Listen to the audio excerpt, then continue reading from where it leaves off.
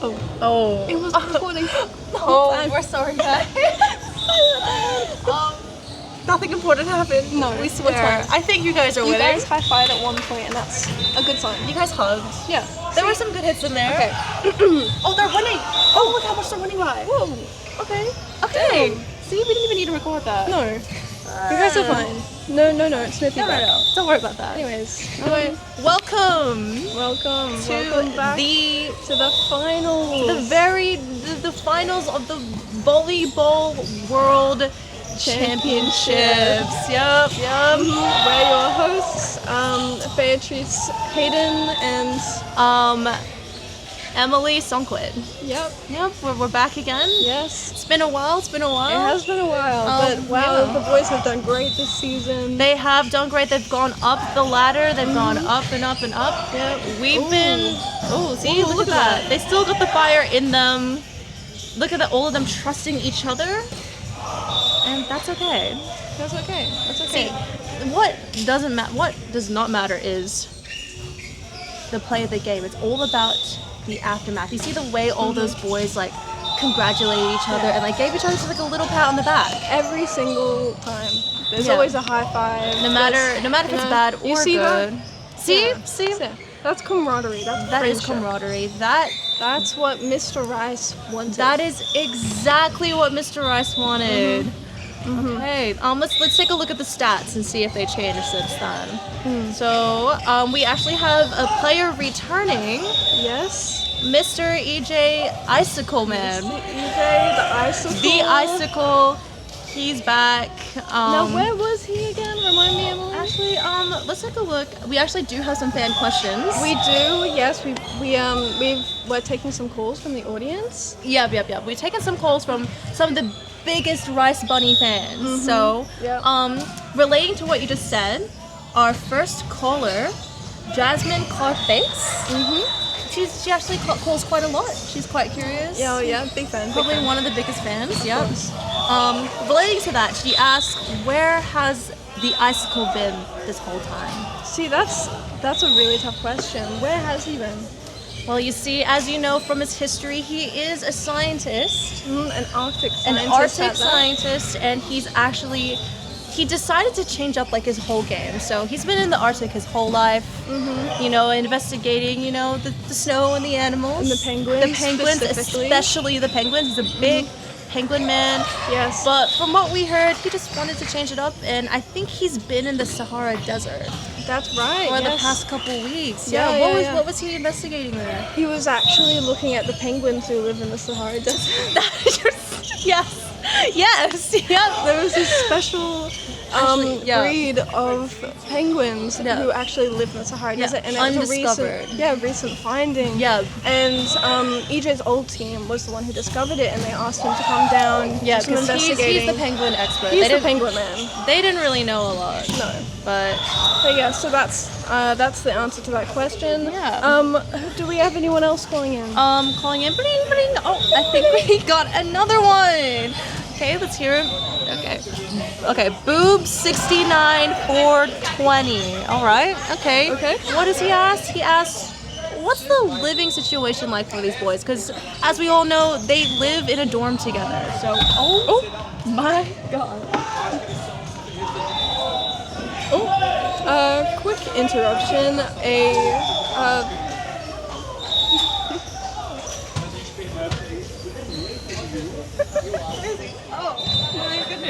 Sorry, a little distraction there. Yeah, a little distraction. Okay, but yes, the question is, what? What is that from? The living situation for these guys. Yes. Now, they do have quite an interesting living situation. Yeah, they do. It's not quite to the norm. Yeah. No. A lot of people just like live in the average apartment together. But before Mr. Rice deceased, I believed he made a very special living quarter for these boys. He did, yes. It is actually, he bought a volleyball court. That's right. And Very they neat. live in it. They live in it, yep. Yeah, and no rooms. No it's rooms. just they each have their own court. which is like their designated room. Yeah, they wanted to mimic like that constant volleyball lifestyle. Because they're such volleyball lovers. And each player lives on each side of the court. Yep. It was something like that. And from what I've heard, they decorated it to like their own interests. So like you walk in, it looks like a volleyball court, but as you look into their designated quarters, it's actually quite unique to their own likes and dislikes. Yes. Like for example, the Aura Farmer. He's he's a very humble guy. Yes. A humble fella. So he sleeps on a bed of hay. Yeah, he wants to feel close. He wants to feel closer. Yeah. No, you're right. It's really heartwarming. Some of the boys have even said that when you walk into his quarter, he's like chewing on a bit of hay as he sleeps. Yes. Just to offer some like little comfort, you know. Yeah. Yep, it is something like that. It's something that kind of like closely resembles his home. Yeah. Yep. So the hay bale.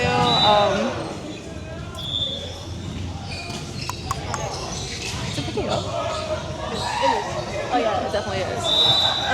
Yep. So that's Aura Farmers. That's Aura Farmer. Now, what about the Whisper? Oh, the Whisper, you see, he spent a lot of time in the jungle. Again, once you're like accustomed to like living in a certain environment, it's hard to leave that, you know. So his part of the court is all just bushes. Just bushes. But he doesn't like to sleep on the ground. From what I've heard, he used to do this method where he would sleep on a vine. Sleep on a vine? He would sleep on a vine. Attached to 2 trees, kind of like a hammock, you know? Oh, cute. But he's so skillful that he like sleeps standing up on it. He's got very good balance. Very good balance, like toes gripped around the vine, and that's how he meditates. Yeah. So what about Cruiser? I'm pretty sure The Cruiser, yes, he well, as we all know, he actually did grow up with volleyball. He's the only one who was a professional volleyballist. But he was also like an entertainer. He was an entertainer from a young age. Like he's very skilled in volleyball tricks. You know, that's his specialty. So his court looks more like a volleyball court than some of the others, but it's got a lot of, you know, like fun, cool like tricks that he knows. He did a little bit of like circus kind of stuff. Oh, but with volleyball, if that so makes kind sense. of like keeping like stuff like from memory. Yeah. Like hanging on the wall. There's like exactly a bit of hula hoops here and there. And his bed, it's actually shaped like a cruise ship. It is. Just so that like, you know, reminiscing a little bit. Yeah, they're all very, you know, they're appreciative and of their past lives. But so they like to have a little bit of they have this new identity, but like you can't take away from what they were before. You gotta have a little bit of it. Exactly. Yes. Now moving on, do we have any more callers calling in? Okay, let's check. All right, caller. Ben Dover 67. Yeah. Okay. I'm not sure what 67 could mean. Yeah, I don't know. Bit odd. Interesting. Anyway, he's asking what each member's favorite book is. Favorite book? Now that's a good question. That's a very good question. Well, I can tell you for a fact that Mr. Cascade, he is a big fan of feminist literature. Oh yeah, feminist literature. That is his thing. All over it. When he's in the river, bouncing on a rock, he's got one hand slapping the boulders away, and one hand is always onto a piece of feminist literature. Yeah. And he's so attached to the fact when he goes to bed, he actually recites some of his favorite lines from his book. Exactly. Yes. Yeah. He just goes like, oh, misogyny. You know? He's very, very deep. So how about Mr. Cannonball? Yes. Mr. Cannonball. Mr. Cannonball? Yeah. Sorry. I know. That's okay. No, yeah. You see, he looks like you could say a 30 man just because he's been in the military and stuff like that. Yes. Yeah. But from what I know about, he's kind of a big fan of like Dork Diaries. Dork Diaries. Yes, that's right. yes, he really loves that series. He presents as a very macho kind of man, very masculine, but on the inside, he's really appreciative of, those light-hearted, funny, he really, girly books. Girly and high school. Hey, we all are. Like, I think it reminds him of his own high school life. Because before he went into his life of like the army, in high school he like wrote in his diary every day. Yeah. And like lots of crazy stuff happened to him. Of course. Probably had a high school crush here and there. Had some besties. Yeah. And so next boy, we've got Astro Boy. What about him? What's his favorite kind of we literature? all know what Astro Boy loves. As an astrophysicist, he just loves those astronomy books. He loves the astronomy. He absolutely loves them. He's actually secretly, now he doesn't like to tell the press this, but because we're on good terms with the Rice Bunnies, we do know some secrets. And he's actually a big fan of astrology. He is, Big fan of star signs, zodiac signs, all of the above. Immediately he could tell what sign are you compatibility. on the spot. He goes like, what time were you born? He goes like, oh, you're a rising Leo. Exactly. Yeah. He actually has, every single person he's met in his life, he has a big chart in his room about who he is. Now look at that camaraderie we're seeing look at down that. on the court. Exactly. There is no negativity in the air, no putting down. Just see, and they still got that tactic, They're still telling each other what to do. See, look at that. Good communication. Good communication. Oh, if that's all right. See, that was a good and they try. cheer each other on anyway. Exactly. That's what the world is about Rice Bunnies, isn't it? Yeah. Oh, I see we're getting another call. This one's from Anonymous. Anonymous? We don't really get those. Interesting. Okay, that is interesting. Anonymous asks, what's Mr. Rice's backstory? Ooh, yeah. That's a deep question. Are we allowed to say this on air? Look, I think it's been enough time. I think it's been too long. His secret has been kept long enough, because he passed, a couple of years ago.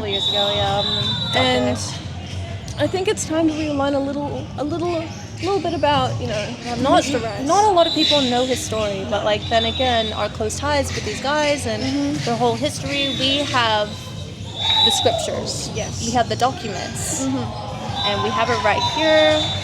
So, where to start with? Where do we start? Well, I guess you'd have to go all the way back to his former younger days. His younger and years. It's actually a surprise. It's a shock. No one would ever have thought that So- Mr. Rice would have originated this way. Yeah. So Mr. Rice, he was one of two legacy families. In this one back town. in the day, there were the two main ones. Two main families. Now they were both very sport orientated. Yeah. They were both creators of two very significant sports. Yeah, in history today. ever. They were the very first people to invent these sports. Before then, it didn't even exist. Didn't exist. Yeah, no. And now there was a volleyball team, volleyball family. A volleyball family. And you would think that Mr. Rice was born into this volleyball family. You'd think that, but in fact, he was in the other family. He was born into a soccer family. Now I know that's quite a shock to our viewers. Disgraceful is that? I know. We don't like the soccer people, no. No. Volleyball people and soccer people, they are basically mortal enemies. Yeah, I know. No one's... Exactly. That was good. That was a good one. That was a good one. It's either icicle, cold. That gave me shivers. Ooh. Get the chills. Okay. But anyways, yes. So he was from the soccer family. He was from the soccer family. How come nobody knew this? Well, look, it's quite... He basically, his story started out, these two families, they were both very rich, very powerful. They both lived in mansions. They lived right next to each other. Next door, yes. What are the odds of that? The fences right next to each other to the point they could even like see each other. They were very high fences though, and they were not friends. These two families, they were mortal enemies. They did not get along. Not at all. One day, Mr. Rice was out practicing soccer in the backyard. And now, Mr. Rice, he wouldn't have revealed this, but he was in fact very bad at soccer. He was not good with his feet coordination. He tripped over the ball. He was not good at it. He was a bit of like the black sheep. His family didn't really. His parents were not a fan of him. They kind of saw him as an outcast. Yeah, you know. And that must be hard growing up like that. Incredibly hard. Yeah, I know. So he was. What would he do to try and get better at soccer, even though he kind of hated it? Well, he'd practice in the backyard. You know, he'd be trying to kick some goals, but he'd just be falling over. And now, one. That's such a shame. Yeah, it's such a shame. Now one day, he was practicing and he accidentally kicked the ball over the fence into the volleyball household. So uncoordinated. He kicked it backwards. Yeah, he kicked it backwards over his head and into the wrong yard. Yeah. And now, surprisingly, the ball came right back over immediately. Yeah, it was a bit odd. Like a ball can't just bounce back perfectly like that. Exactly. That's just not how balls work. Yeah. No, not at all. No. So he finds this strange, but he continues on. Yeah, he keeps doing it. Yes. He keeps accidentally kicking it over the fence. And then it keeps coming back. And he gets very confused. And then, so he decides, you know what, I'm going to kick it over and then run to the fence. And trying to investigate. To see what it keeps hitting that keeps knocking it back over. What possibly on the other side of that fence? Exactly. He had no idea what it could be. Yeah, no. All right. So he kicks it and then he looks over the fence and I believe he saw a girl. He saw a girl. It was the daughter, the only child of the volleyball inheritance family.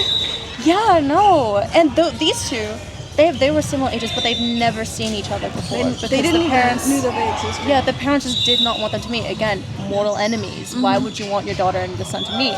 But this was the very first time that they met each other. Yes. Over that fence. And it turns out the ball kept going over because she kept setting it over the fence. Yeah. It was incredible. It was kind of just like it was meant to be in a way. It was. No, you know, at first they were a little standoffy with each other. They didn't, because she didn't know who was on the other side. Yeah, exactly. You know, neither of them knew. Yeah. So they're a bit like standoffy because their families had told them, taught to them, ingrained into them at a young age that they should never interact with the other family. Never associate with the other side. Yeah. So, you know, they were a bit standoffy at first, but you know, Mr. Rice, he'd go out into the yard quite often to try and practice. Yeah, he would always try, but and she'd be on the other side, you know, doing her practice. But she was very good. She was very good. She was very talented at her age. She was in the national championship. She's passing down the legacy. Yeah. Not quite as much as Mr. Rice was. No, he wasn't very good.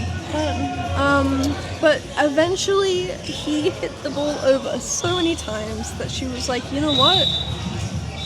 Can I help you? Maybe because she was getting fed up. Maybe it's time to break the rule a little and see who the heck this is or was, you know? Yeah. So she would sneak him into her place. They'd do some practice, and eventually, over time, they fell in love. It was quite beautiful. It was a beautiful relationship. Beautiful romance, but unfortunately, it was forbidden. It was forbidden. Romeo and Juliet. They did have to try and hide their relationship from their families who still hated each other. Yeah, no. And I believed they kept doing the same ritual every day, hitting the ball to each other, communicating like that. That's the only way they could really interact. Yep. They'd write love letters and stick them to the side of the ball and then hit over the fence for the other to read. That's right. And it turns out that one day, Mr. Rice accidentally forgot to take one of these notes off the ball. And unfortunately, his mother found it. Yes. Now, Mr. Rice's mother, she was a sour woman. She was a very sour woman. Knew no love in her life. Yeah, no. She was very unkind and just pure soccer in her head. Nothing, no room for anything else. No. And when she discovered this letter, she disowned Mr. Rice. She was so disappointed.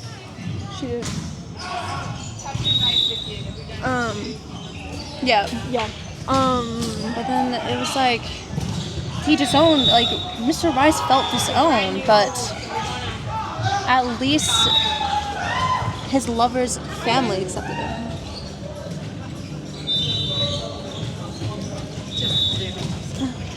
No, you're all good. Okay. Yeah, but thankfully enough, he got accepted into his lover's family, right? Yes. Yeah, they were very, they were very kind people, and they welcomed him with open arms. I guess that's where his love of volleyball came from. His wife, like from his lover and their family. Yeah. And they even got married. They got married. It was beautiful. They just kind of became a beautiful couple. Yes. Right? But nothing good really lasts forever. Unfortunately, Mr. Rice's parents, especially his mother, she would try to, she, as much as she, disliked her son, she was still incredibly disappointed in, his marriage, and she tried everything in her power to try and stop it. Yeah, no, she really did. She fortunately did not stop the wedding from going through. However, she did in fact cause a lot of hurt. Yeah, she did, especially from that one incident. I believe it was it was Mr. Rice's first volleyball ceremony with the family. Yes. It was kind of like the chance to prove himself, but somehow his mother was able to rig the volleyball that they were playing with and just like fill it up with stones. Sharp, ragged stones. Sharp stones. What a cruel thing to do. And so he was playing with his wife. And obviously when that happens, when his wife tried to dig the ball, it broke her arms and gave her an incurable broken arm disease. Yeah, it was incredibly unfortunate. Yeah, no. And, it had always been her dream to play volleyball and create the perfect team. That was her goal. She always talked about it. She always at least wanted children to try and raise the perfect volleyball team. Yes. Yeah, no. But then, ever since that disease, she was bedridden since then. She was bedridden. She couldn't sleep. She couldn't eat. She couldn't drink. She couldn't do anything. Mr. Rice was there beside her, bedside, every single day, feeding her.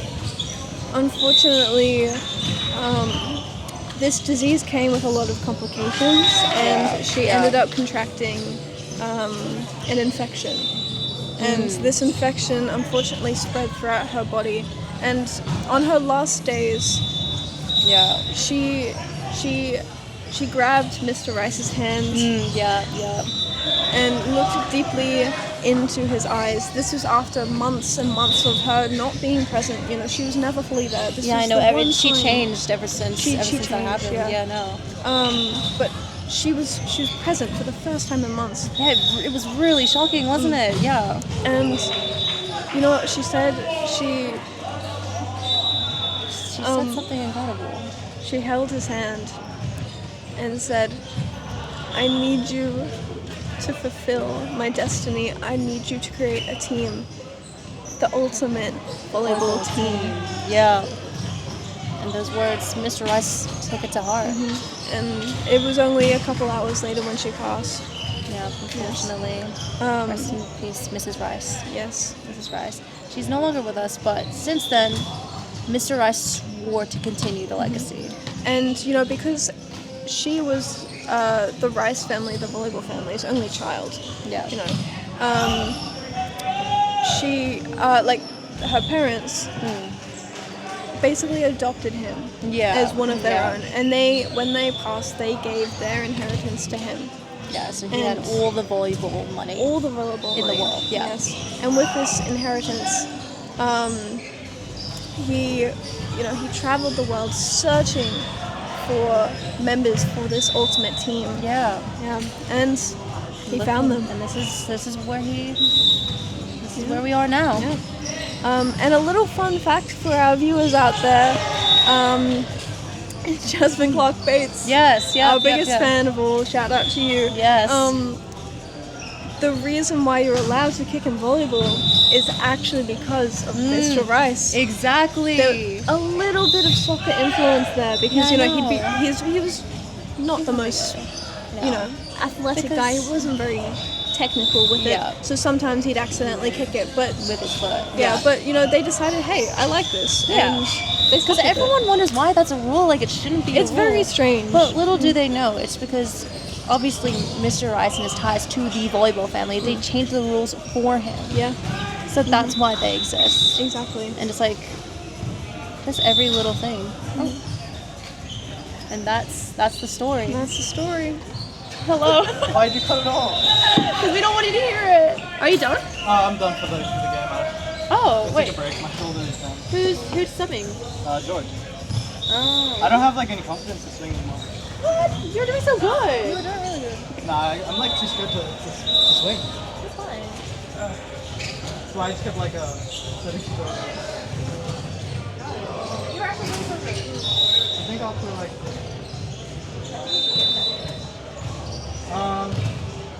see it through.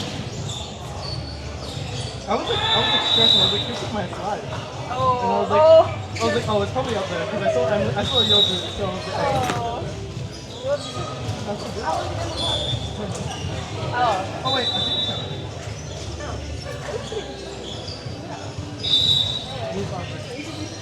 Yeah, we actually have Cascade here with us. We can do a little personal interview.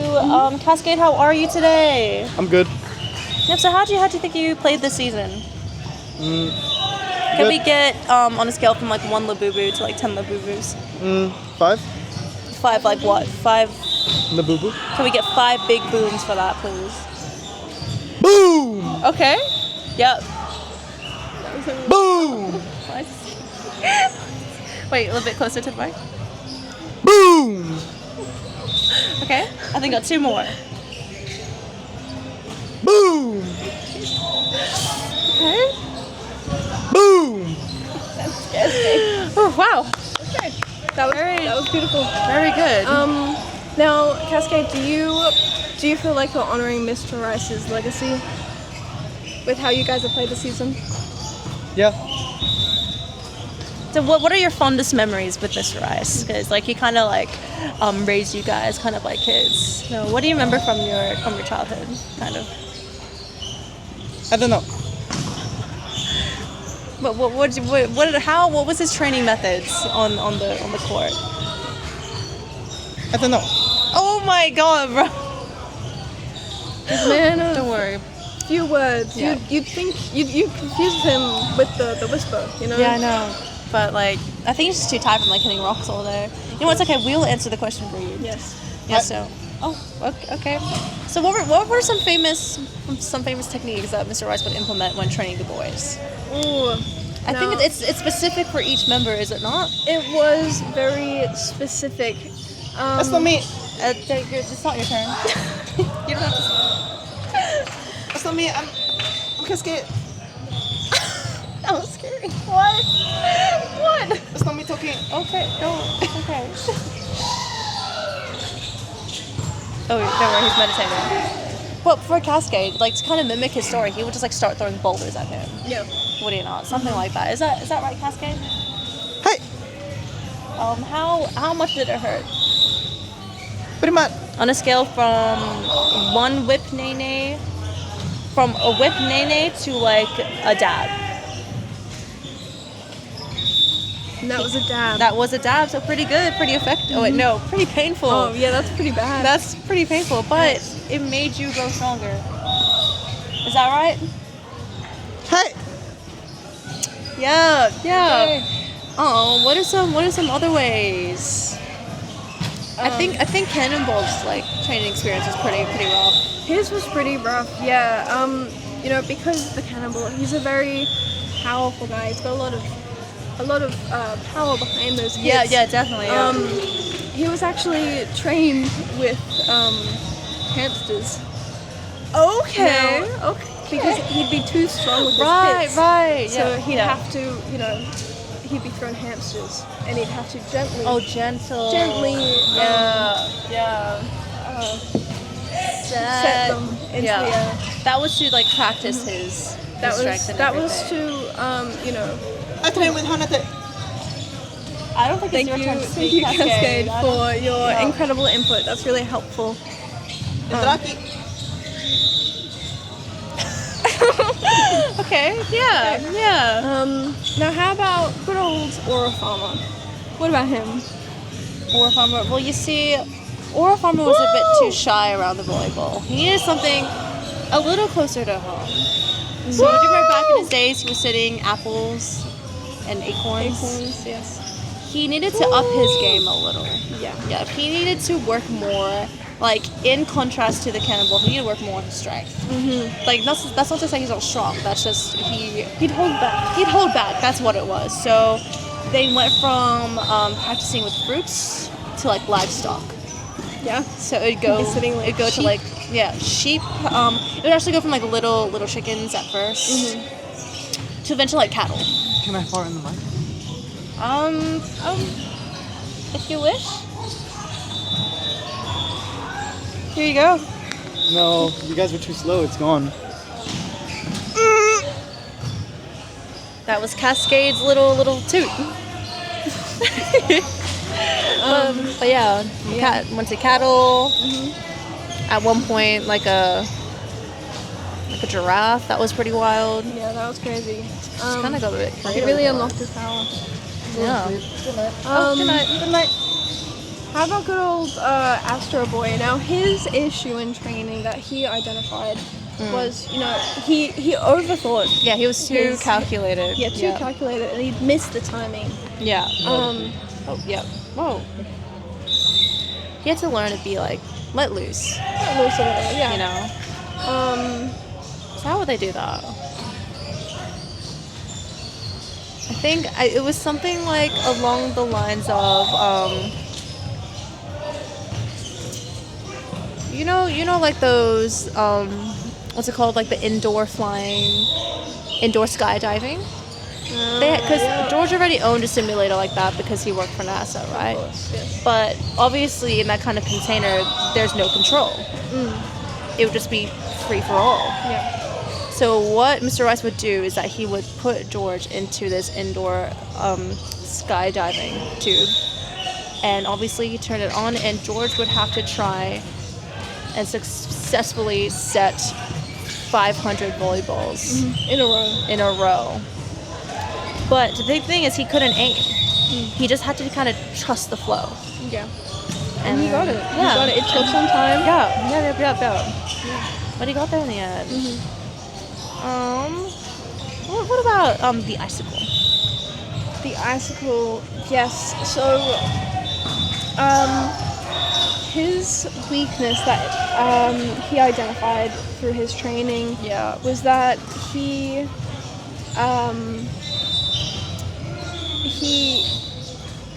I think it was also like a bit similar because I think he imagines every ball he sets like an actual like a little penguin. Yeah, that's right. He was too gentle.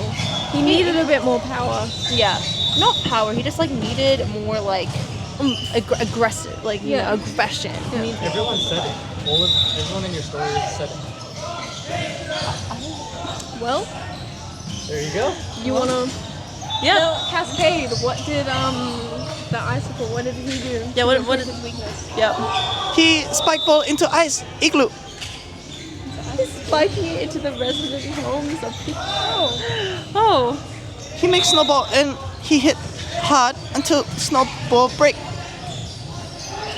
I mean, I could see that, like trying to, because he was so gentle that whenever he would, the globe wouldn't break. Yes. He had to get it until he could break. No, it no. fast. Oh. People come in his home and he has to throw snowball So every time he hit, he cried because he protected family. So he's throwing snow globes at home invaders. Hi, Okay. Thank you so much, Cascade. I go sleep now. Okay. Okay, See you, Cascade. Good night, Cascade. He's got to rest up for the Look, championship. Cascade, he's not the most social fella, so you Yeah, just gotta no. take what you can get. You know, like he didn't have much. He was, doing the boulders. Yeah, I know, socialize not a much lot. social interaction there. But that's why the fans love him. Yeah. He's a bit mysterious, yeah. Mysterious and nonchalant like that. He is. He's right. With his feminist literature. Yes. Oh, Cascade, a quick question if you're awake. We were talking about each member's favorite book, and obviously yours was feminist literature. Of course. That like when you went to bed, you would even murmur some of your favorite feminist literature lines. Mm-hmm. What is your favorite line or your favorite feminist literature book that you've read as of recently? My favorite author is Bella Hook. Who? Bella Hook. What? Bella Hook. Boy, speak normally. Bella Hook. Bella Hook. Wait, who's that? Oh. See, you don't know. You don't know your feminist. Oh my god. Okay, what's your favorite line? What's your favorite line? I set you up. I saw you. Shouldn't you know this? Shouldn't you know? You should know this. No, you should know this. No, I show you who Bella Hook. But stop speaking like that. Okay, fine. Pardon me. Here's your earring. Thanks. I want to sleep though. What is that? I show you. Oh. If my phone would frickin' work. It's okay. Gosh darn. Cascade, it's okay. Gosh frickin' darn, dude. He has a bit of mood swings, but that's just Dario sometimes. Well, in my time of reading feminist literature, I used my knowledge to, simulate how a woman's period would work. So every week of a month, I would experience a period. And that time, it's now. So. Oh, okay, yeah. Again, I'd like to say shout out to all the women in the world. Shout out to my mom, my girlfriend. Shout out Emily. Shout out Jazz. Those are the only 4 women I know in my life. Okay. Thank you. It's like end all periods, yeah? Right. High Down five. with the periods. High fives all around. Can we get a high five all around? High five all around. Oh, high five. Beautiful. Jeez. You're the one with the swing. I just had my hand there. Oh, look at that. That is game over. Let's see who won. Obviously. Oh, and the Rice Bunnies win. I think Mr. Rice would be very proud. Very, very proud. His ghost is watching over Mr. Rice. right now. It's okay. We know you miss him. But it's okay. He's proud of you My guys. hands are very sweaty. Oh. All right. Let's pick this guy up. That is the end of the championships part 1. Woo! Oh, what the t-shirts? Got the t-shirts. Oh. Okay. Hey. Hello. Can we get a 360 of this shirt? Okay. Oh. Okay. Oh, okay. Oh wait, what does that say in the back? Cascade. All right, thank you, Cascade. Namaste. All right, any ending remarks? Peace. Okay. Well, all right. End recording. That's the end of the vlog, and when I jump, you have to end the recording. Okay, ready? Actually, I'll do this. And that's a wrap. See you next episode. Is it done?